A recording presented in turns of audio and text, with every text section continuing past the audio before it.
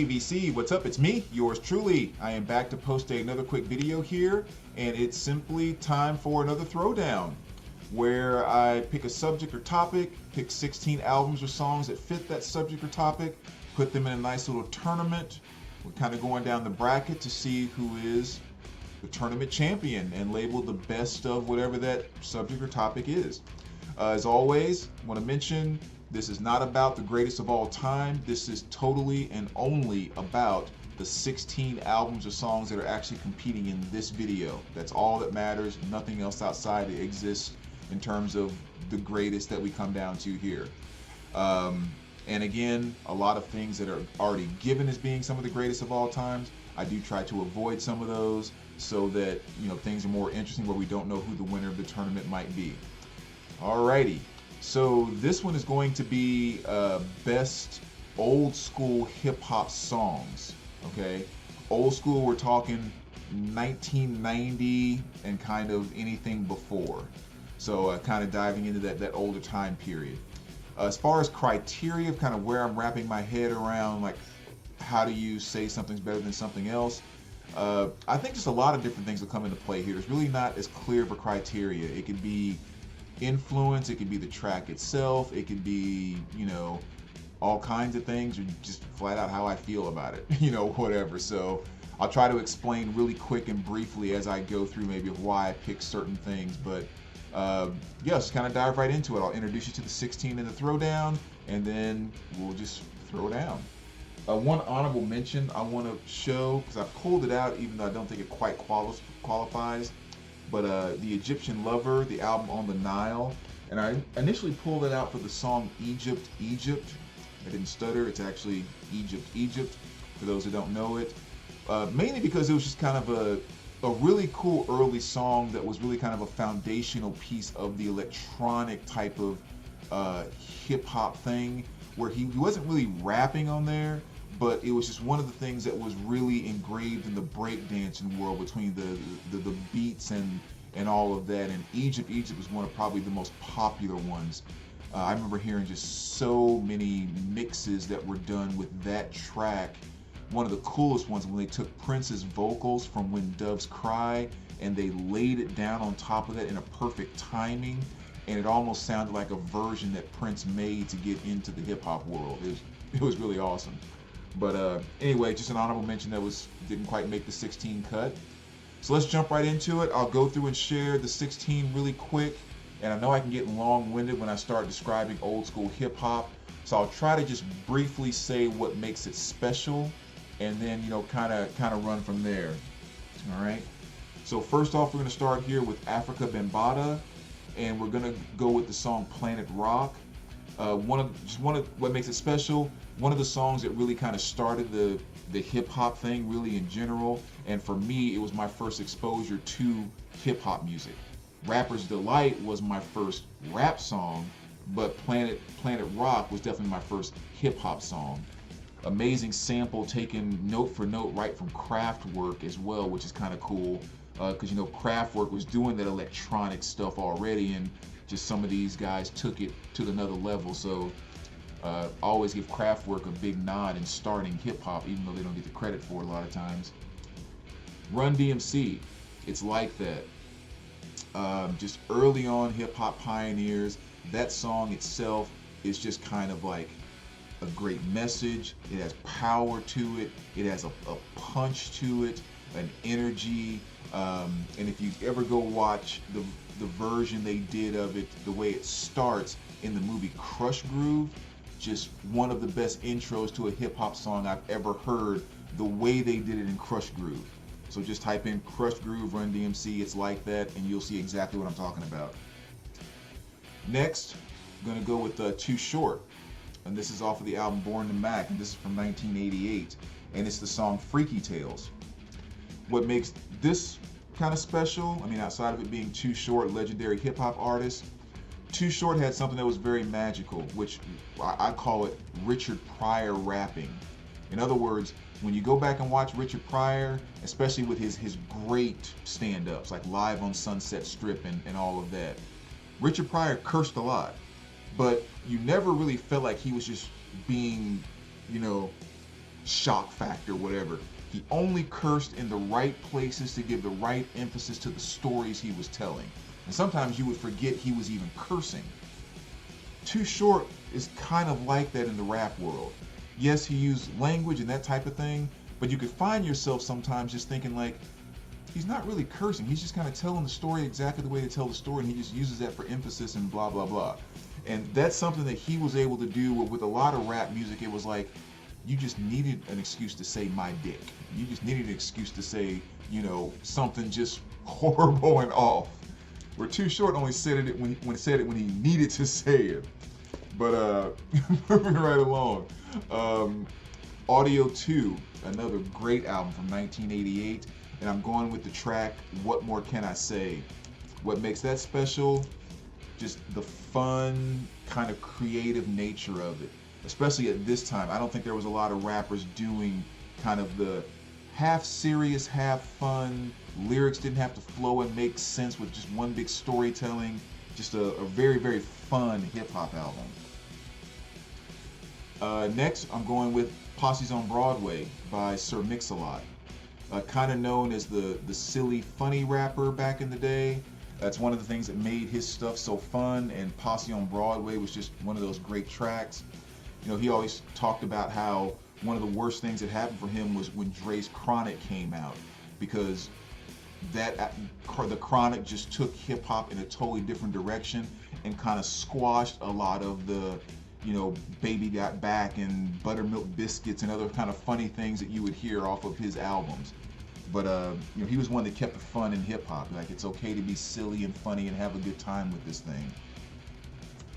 Next, we're gonna go with the Beastie Boys from License to Ill. This is from 1986, and I'm going with the song. Even though it's not my favorite off the album, I'm going with the song Paul Revere.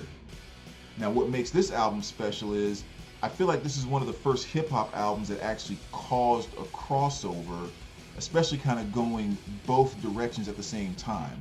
Because I remember when that album first came out, I had my friends Mike, Matt, John that only listened to rock and metal and all of that. I had my cousin Jennifer who only listened to rap and hip hop. They both had License to Ill because they were listening to You Gotta Fight for Your Right and No Sleep Till Brooklyn, and she was listening to Paul Revere, and neither one of them would go to other songs on that album.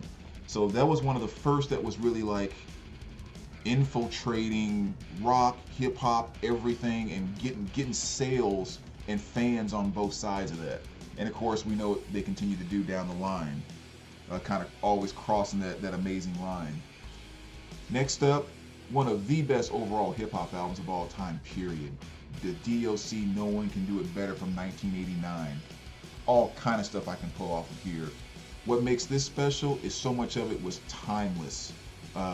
This album could have came out 10, 15 years after this and it still would have been right in place because it was just pure. I mean, that's probably the best way to put it. So I'm going with the song It's Funky Enough off of that. One of my favorite hip hop albums of all time, Houdini's Escape. Again, just perfection of what was going on at the time within hip hop, and this just grabbed it all with a number of different hits. But my favorite track, or the track I'm using for this particular throwdown, is 5 Minutes of Funk, which is just that, 5 minutes of funk. So great early rap over top of really what is just beautiful, funky music. Not just beats, but just beautiful, funky music, which is awesome. EPMD, Strictly Business, and this is from 1988, and I'm going with the song You Gots to Chill. What made this special, or made that song special? This was one of the first hip hop artists that I heard that when, with all the sampling and stuff that was going on, they went, especially with this first album, strictly back to the funk sample. Not old funk like 70s funk, but like a voice box Roger and Zapp type of funk. And that was already my stuff. So when someone started rapping over that, I was like golden. So that's what makes them special to me. And so You Gots to Chill there. LL Cool J, Bad.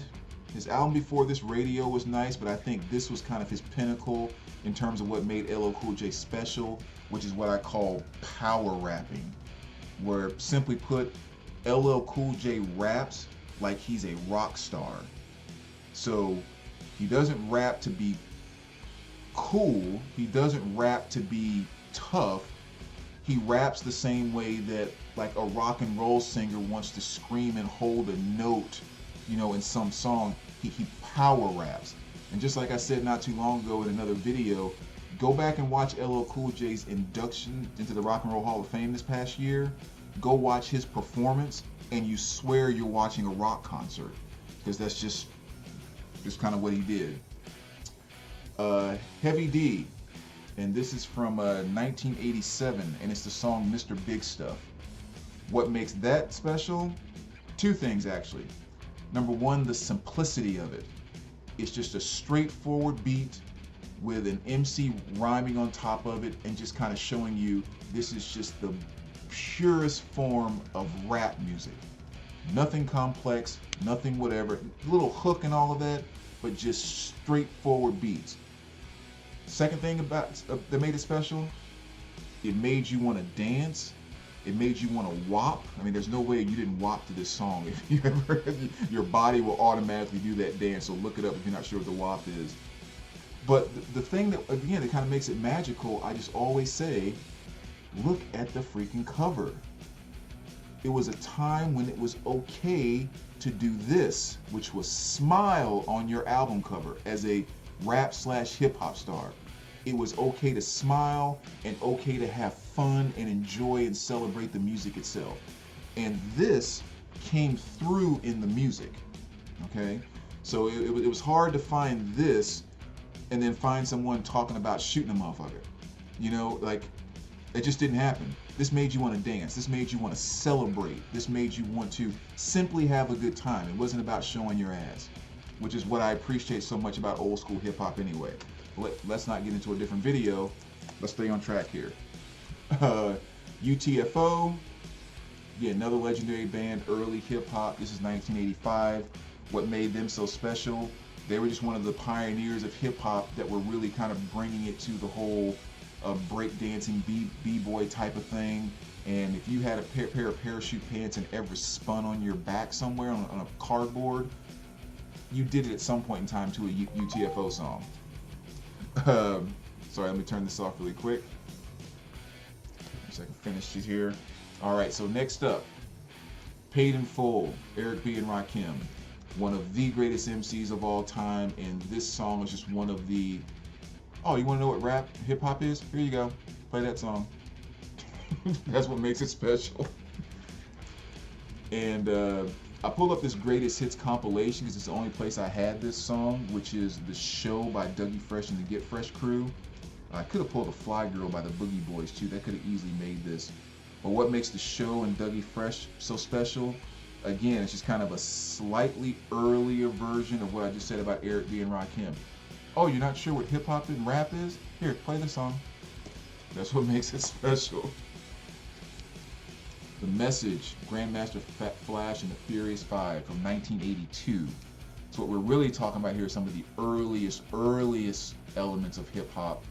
Number one, that's what makes it special. These are some of the first guys on the scene, and the storytelling and the actual message in the message was pretty special too, because it kind of took us from the fun nature of Rapper's Delight to something a little more serious being talked about in that. So that made it pretty special for something taking place in 1982.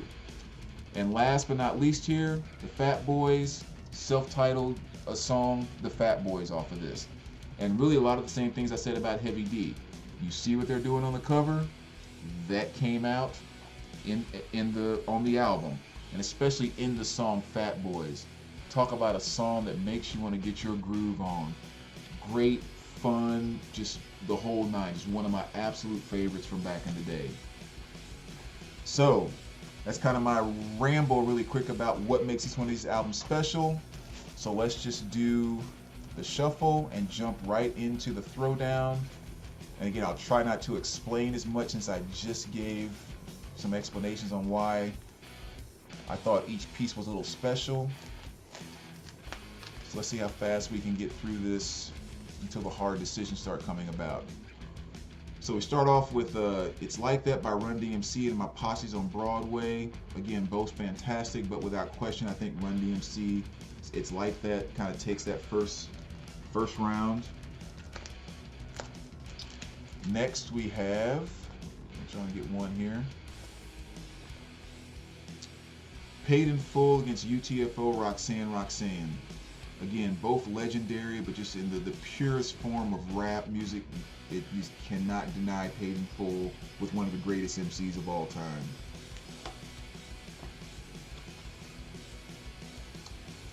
Let's see.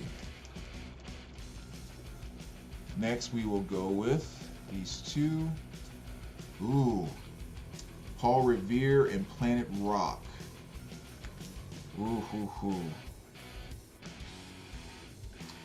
Both awesome, both legendary, much more pioneering, and I think much more influential overall to hip hop. This album, I think, overall was more of an influence, but song to song, definitely Planet Rock is going to take out Paul Revere. So, all right. Next we have It's Funky Enough, ooh, and Mr. Big Stuff by Heavy D.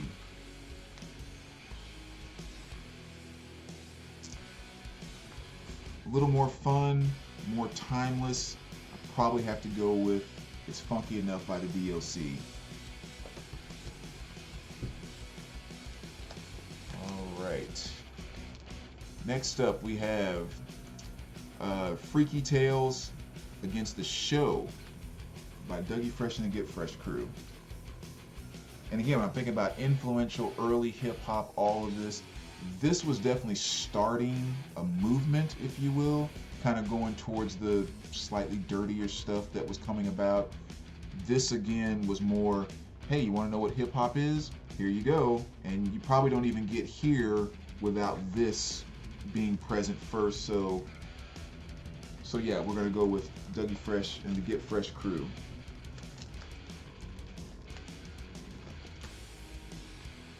Oh, The Message and You Got to Chill. Man. I think I like this song more as far as just listening to it on a regular basis, but I have to give more props to this for all the reasons that I already explained. So my beloved EPMD gets knocked out. I'm Bad and Fat Boys.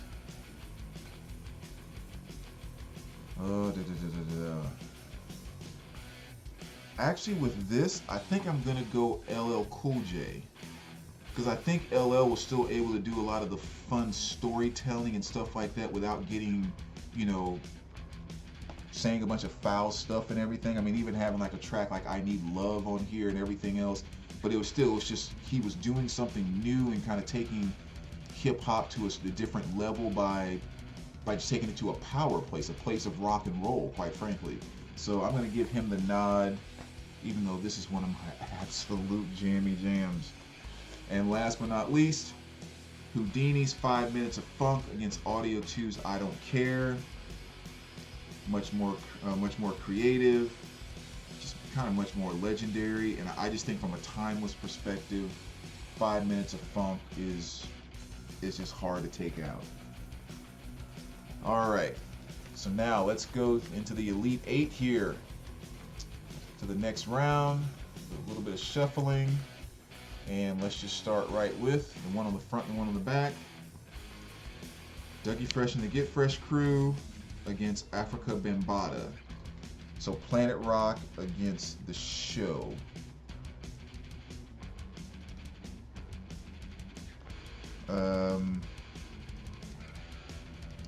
Man, I'm gonna go Planet Rock. Again, I think both of them are just so influential, but I think I'm just gonna go Planet Rock. A little more magical to me there. Next we have It's Like That and Paid in Full. It's Like That and Paid in Full.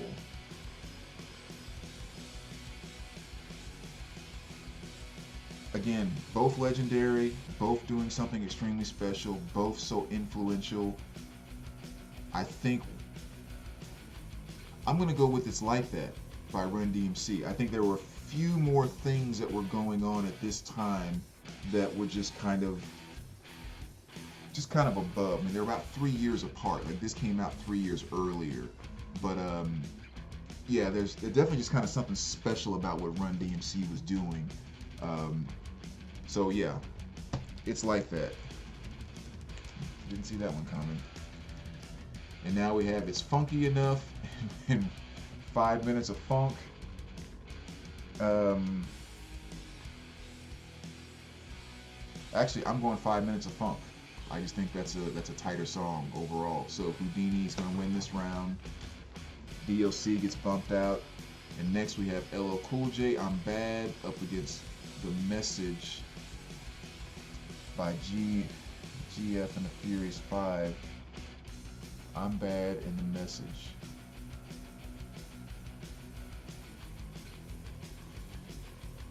Legendary starter, taking stuff to a new level. See, I almost want to say something more special was going on here, but at the time, this was extremely special because nothing else was like this. So just going by the song that I would want to sit and listen to more right now, I have to go with I'm Bad by LL Cool J.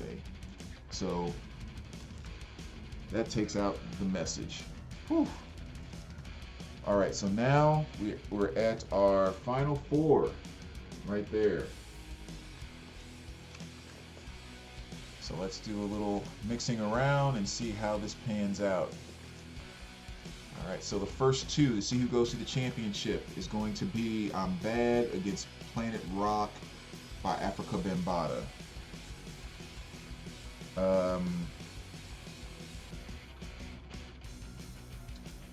Man,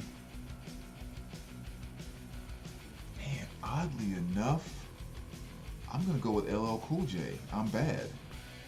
And I honestly cannot believe I'm saying that, but yeah, I'm just gonna overthink it. I'm gonna go with LL Cool J. I'm Bad, even though I can't explain it. Matter of fact, if I try to explain it, I think Planet Rock would actually win. So next we have It's Like That and 5 Minutes of Funk by Houdini. Again, there was just something extra special going on here with Run DMC at the time. So I'm going Run DMC over Houdini. So we end up with LL Cool J's I'm Bad against It's Like That by Run DMC. Just two fantastic songs, which I will be spinning right after I finish this video. So I'm going to say the winner of, I guess, greatest old school hip hop song is going to be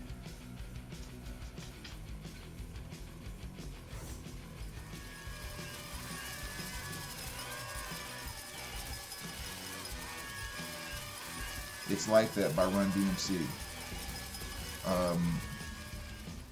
Again, there's just so many different things that make that song fantastic because it incorporates so many of the little things that I mentioned in other songs here. The simplicity of the beat is definitely one.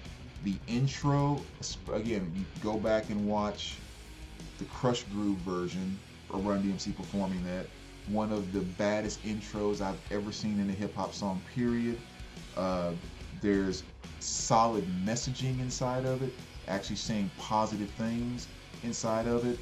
At the same time, bringing the power of like the in-your-face rock and roll type of delivery. Just a lot of things that just makes that a solid, hard-hitting, kind of punch you in your gut type of hip hop song. And yeah, Run DMC, it's hard to deny that. So that's where we're gonna go for kind of best old school hip hop song out of these 16 here. So as always, guys, let me know what you think. Put your comment down below. Let me know who you thought should win if it wasn't Run DMC out of what was shown here. And as always, thanks for watching, and we will talk to you soon. All right, take care, guys.